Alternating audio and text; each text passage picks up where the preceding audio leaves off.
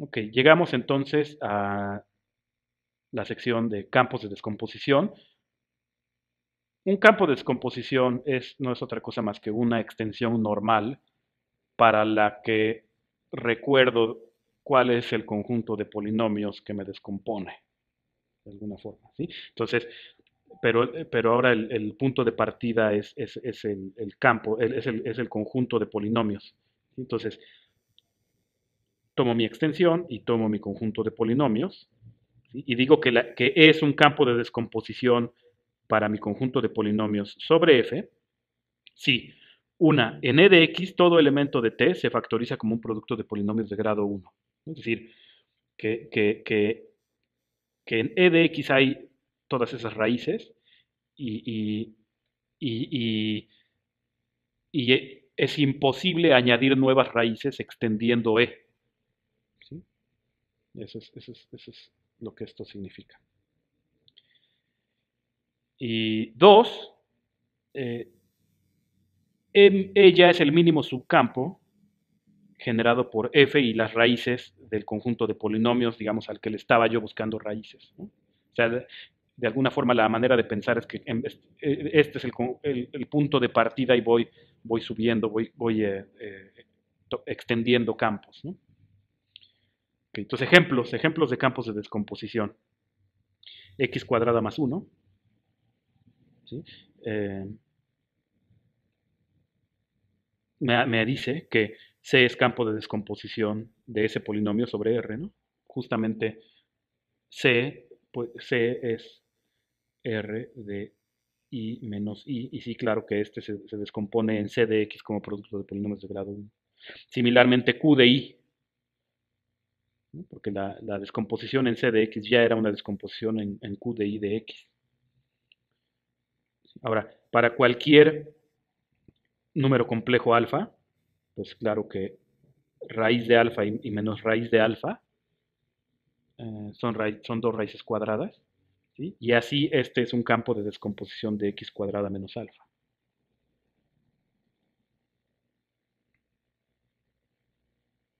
Finalmente, pues cuando considero este polinomio, fíjense su factorización en c de x, digamos, es x a la n menos 1 es igual a x menos 1 por x menos e a la 2 pi i sobre p por x menos el cuadrado, ¿no? Etcétera, por x menos la potencia p menos unésima.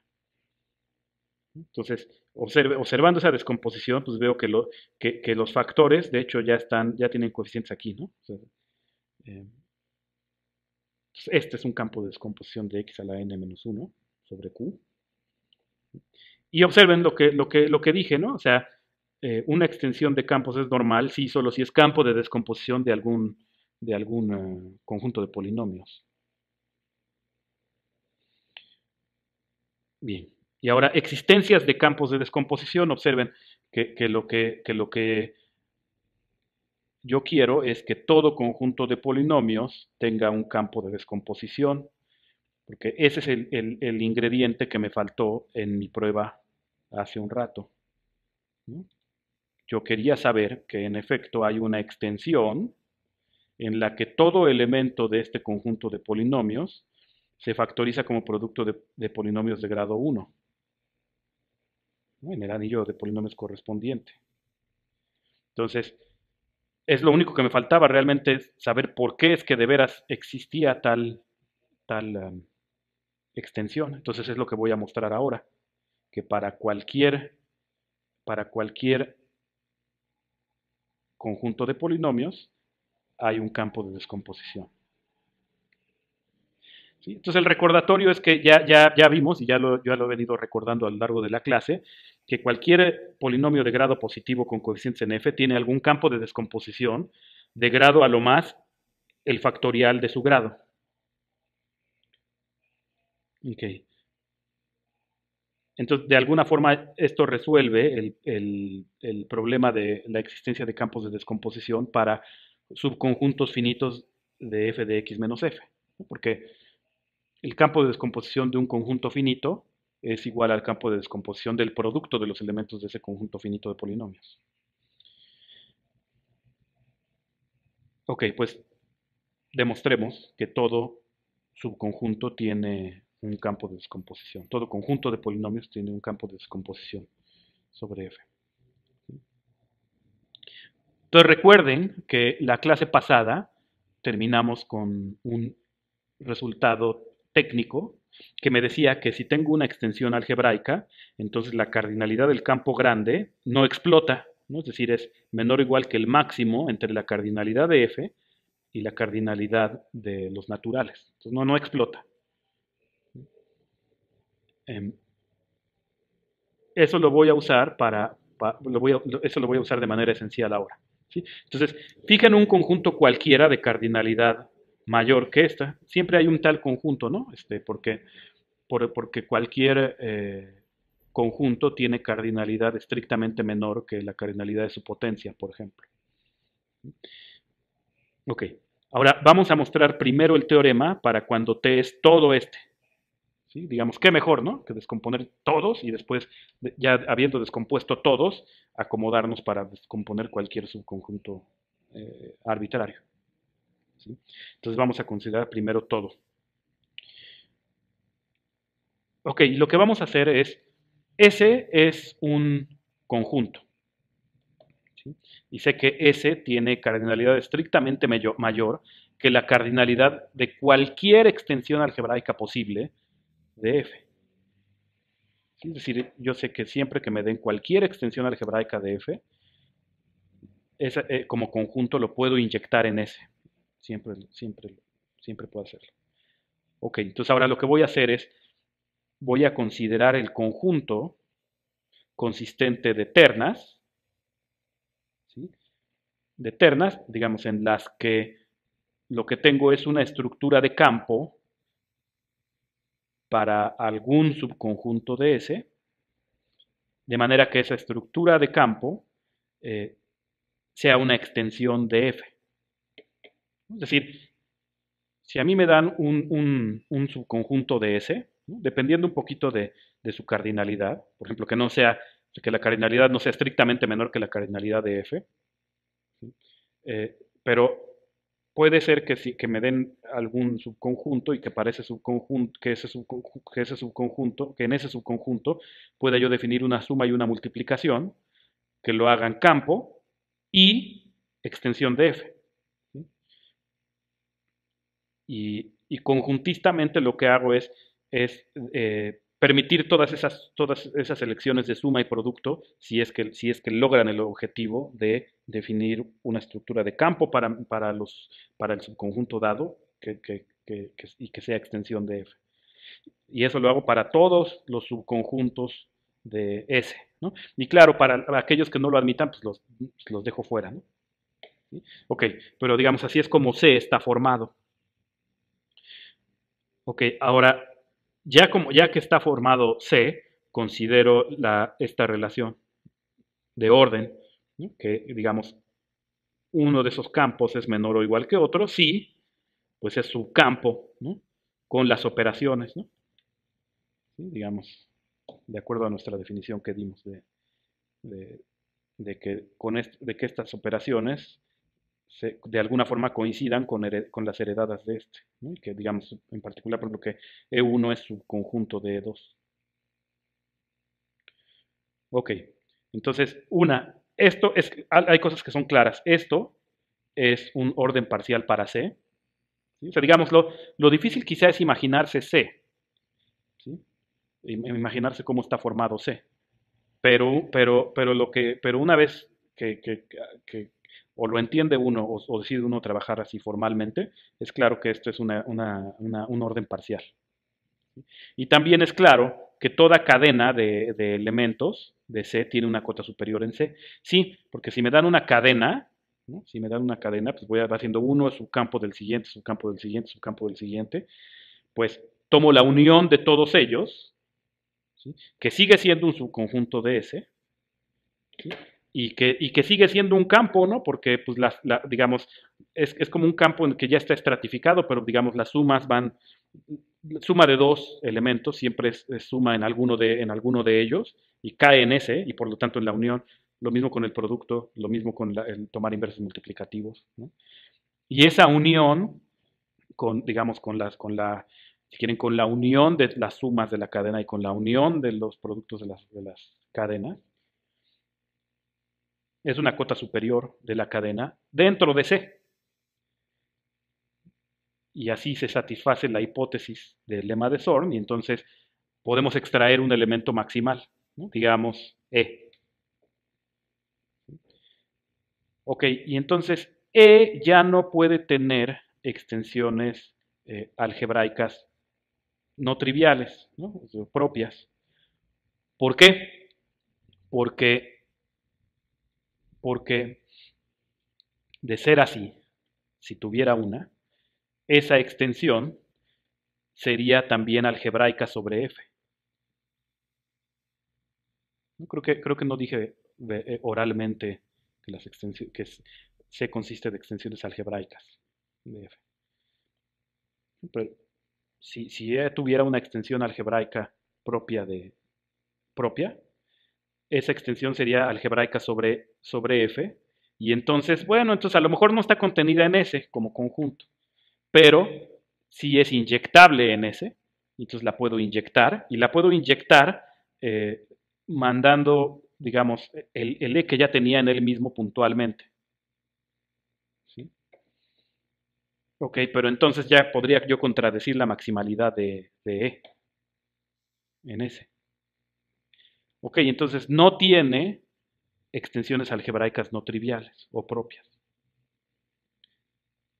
Ok, pero entonces todo polinomio, de hecho, en E de X, debe poder ser escrito como producto de polinomios de grado 1, ¿no? Porque entonces, si tomo cualquier irreducible en E de X, cualquiera, ¿sí?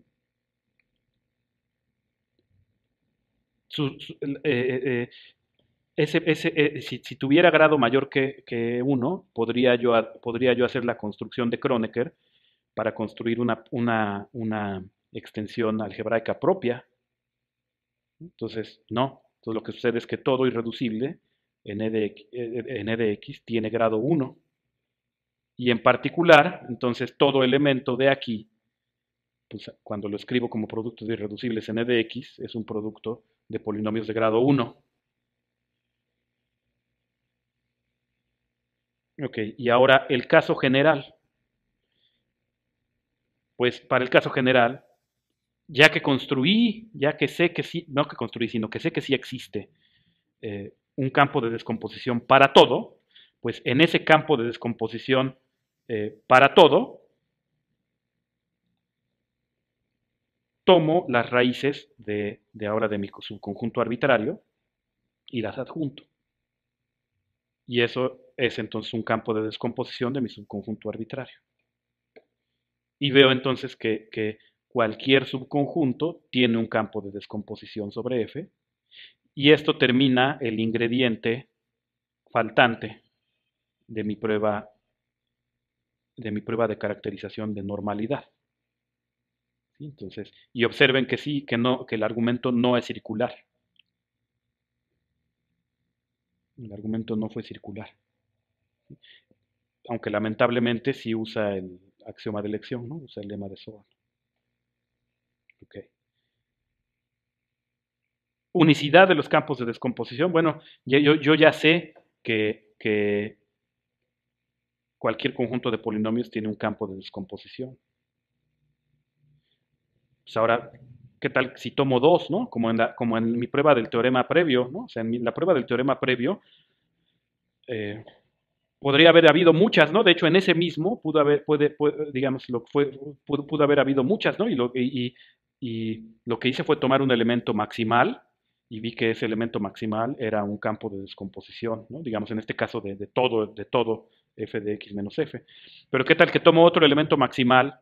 ¿Cómo, qué relación sé que guarda como campo de descomposición con el original, con el otro, ¿no?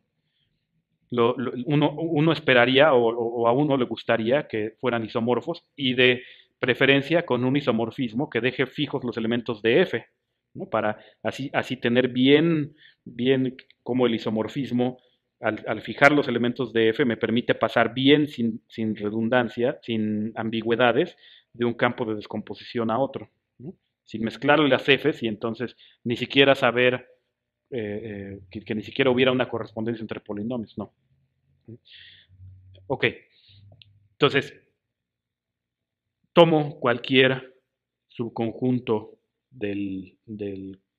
cualquier conjunto de polinomios con coeficientes eh, en f de grado positivo, y el teorema es que cualesquiera dos campos de descomposición son isomorfos con un isomorfismo f lineal, es decir, que fija puntualmente los elementos de f.